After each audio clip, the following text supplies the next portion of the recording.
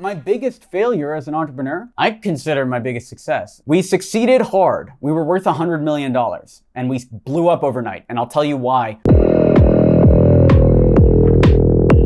By the way, if you want the system that we're covering in this video as a free checklist, grab the link in the description. You can have a PDF of everything we talked about. How many startups fail? Let's talk about it. Let's sit down because I've had multiple startups fail. In fact, my biggest failure as an entrepreneur, I consider my biggest success. I just had a company fail recently and it was an amazing learning. Actually, first, let me tell you two stories that will illustrate how many startups fail from maybe three stories. You know, you might be in for a treat. My many failures. We're gonna open the book and we're going to look at this. Let me talk first about a lead generation company that I used to run. And by run, I mean I was hired into a pre-existing company and I had nothing to do with the constructing of the system that I'm about to tell you about, because the system is why this specific startup failed. So here's how this first startup failed. We succeeded hard. We were worth $100 million and we blew up overnight. And I'll tell you why. Blew up meaning, bad way of blow up. We blew up in revenue, right? We got to a $100 million valuation, amazing. But we also blew up, literally,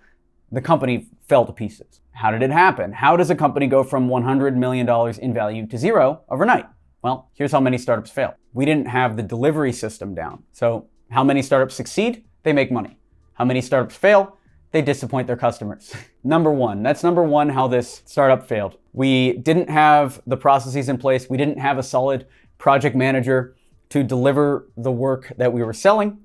We could sell, couldn't deliver, startup failed. Number two, I had this other company. Again, the positioning was right. The marketing was right. We were blowing up in the other sense, in terms of, in the first week, we generated $130,000 in revenue, which I find impressive. I don't know. That was freaking unreal for me to see. And then in the second month, we generated, it was a little less, I think 80,000. And we were delivering for clients. So this startup failed for a different reason. This startup failed because the founders of the startup had different ideals. We broke up the business because we believed the business should be different things. He was very much a level one entrepreneur, very hands-on, believed in doing all of the work himself. I know, as a serial entrepreneur, that leads to you getting trapped in the business and you buying a job. I've seen it way too many times. He didn't see that, so we split. I used a similar concept to make a lifestyle business. He used a similar concept to make a job. And now one business where two founders disagree becomes two. But the reason why the startup failed, or another reason why a startup can fail, is founder misalignment.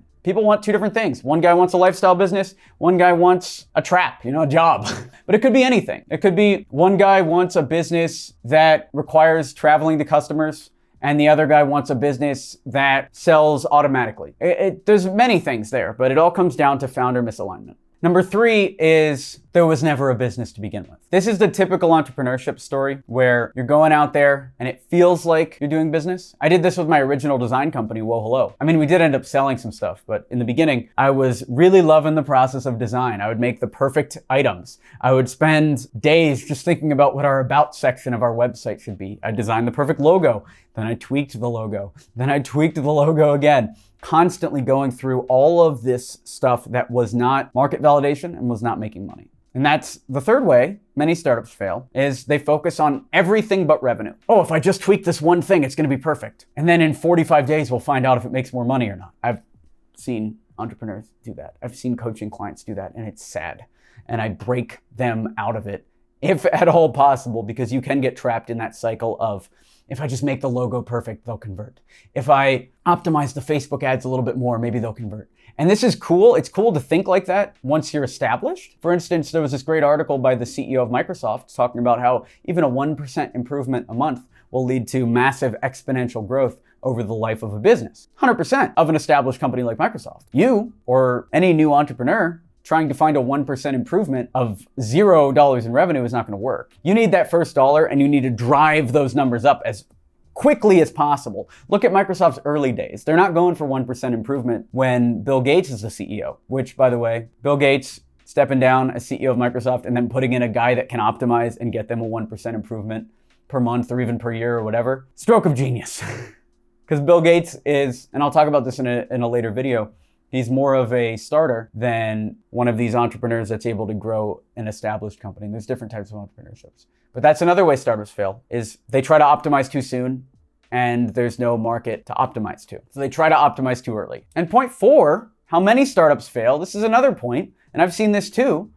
Let's say the company's succeeding. You get these massive successes. I've seen this with early companies too. We had a top post on Reddit in /r startups about how we made $400,000 in annual recurring revenue in 30 days. And then the company plateaus and you see no growth for a while, or even a slow death, what people in business school call a dog. And then the founders get burned out and it's a cycle. And then suddenly a dog, which is going down like this, goes down more and more and more. And then before you know it, you're at like 2,000 in revenue when you used to be at 40,000 in revenue. And you wonder what happened. And it's a slow death caused by neither founder caring anymore.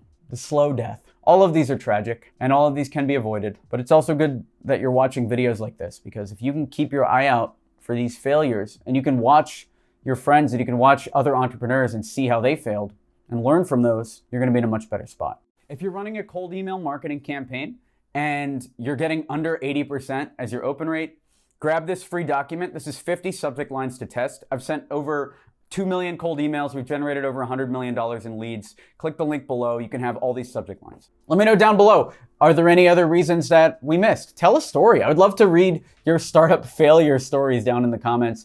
And even better, if you could tell me the failure and what you learned. That way we can all provide value to each other. Thanks for watching the video. I'm Alex Berman. Subscribe for more content like this. We do videos 3 times a week. And if you want what we talked about in this video as a doc, download it below. Also, sign up for our email list by getting any of our downloads and I'll hook you up. I'll show you everything. The kimono will be opened and you will see it all on this email list. Thanks for watching. I'm Alex Berman.